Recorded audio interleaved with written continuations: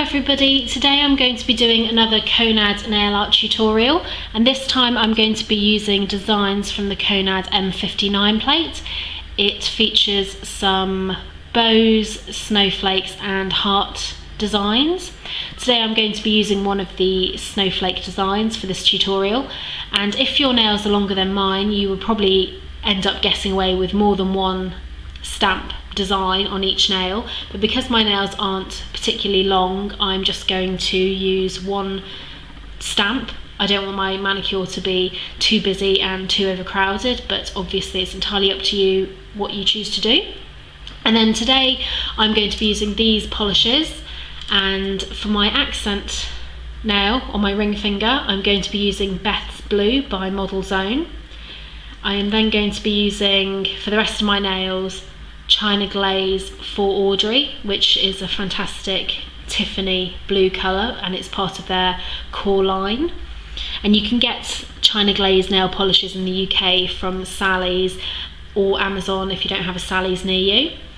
And then I'm also going to be using Konad Special Polish in black for my stamping. I did explain in my previous tutorial that you can use other polishes for stamping, however the reason why Konad Special Polish works so well is because it's an awful lot thicker than other regular nail polishes, so it transfers to the nail better. If you want to use other nail polishes, it will be trial and error to see which ones work better for stamping. I'm also going to be using the Konad double-ended stamper scraper combo. The bigger end, the pink end, is great for doing whole nail stamping designs, while the smaller green end is fantastic for using these smaller individual designs. It helps to place the stamp more accurately on your nails.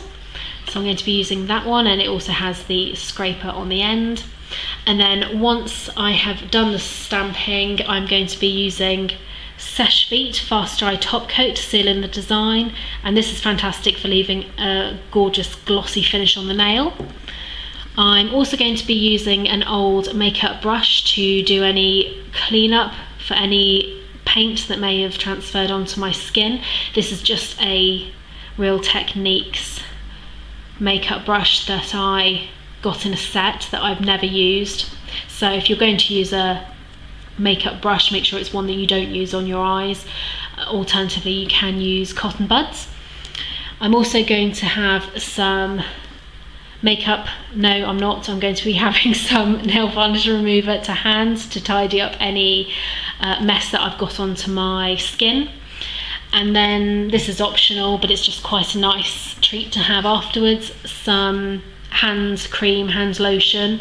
If you're constantly dipping your nails into acetone and giving yourself a lot of manicures, then it will dry your hands out. I find it dries mine out, so I'm going to be using this Amber Romance hand cream from Victoria's Secret.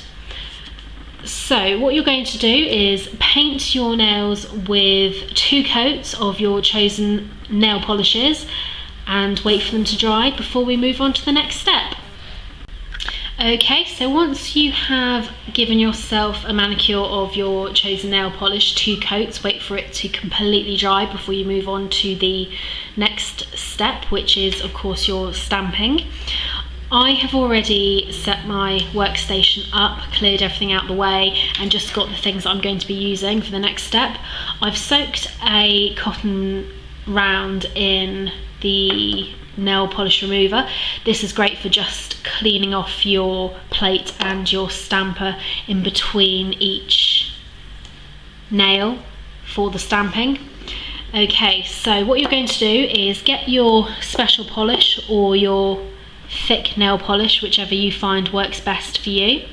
Choose whichever nail art design you like. I'm going to be using this snowflake right here, and then you're going to cover the design with your polish, and then you're going to scrape away, pick up the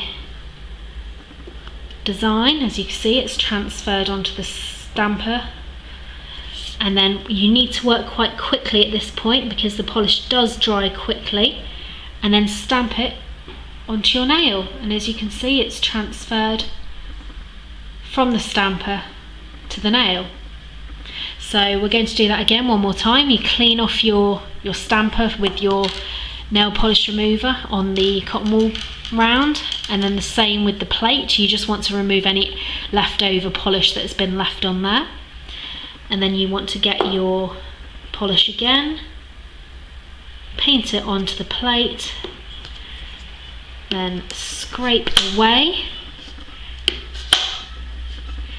pick up the design like that, and then press quite firmly onto the nail. And as you can see, it has transferred again.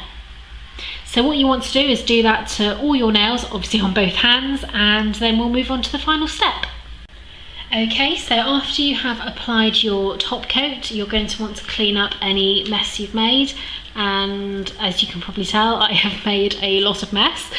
So what I'm going to do is just pour some of the nail polish remover into the cap, just to make it less messy.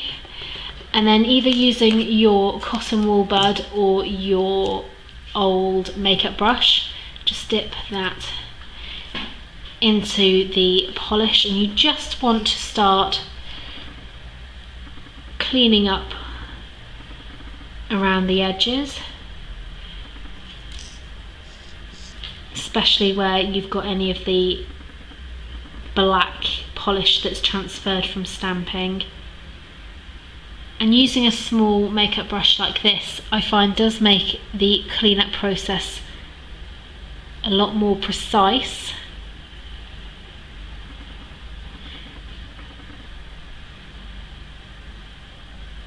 So you want to go ahead and do that on both of your hands, just clean up any mess that you may have made. The right hand isn't too bad actually, but the left hand I'd made quite a lot of mess. But after you have left your top coat to dry, this is just optional, but I like to apply some hand cream. Oh, and look, how on earth did that get on there? What is going on?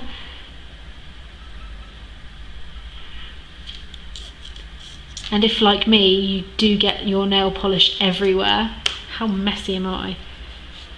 So yes, just clean up any polish that you may have got anywhere else on your body, like me.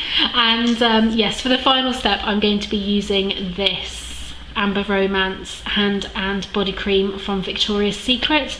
It just really helps to, you know, sort of nourish your hands and your cuticles. After all, we have been using nail varnish remover, and it just gives your hands a quick massage, just rub in all that lotion into your cuticles, and just helps to sort of soften them and keep them nice and supple. Ooh, did you see that? That was close. Gosh, more fingers and thumbs today. Okay, it might be a good idea to actually put the top back on your nail polish remover before you spill it everywhere like I just did.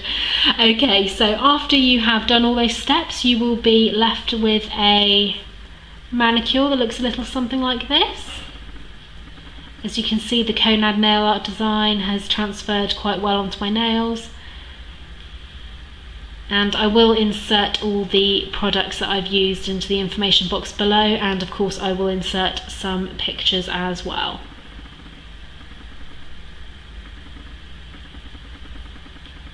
Until next time guys, bye!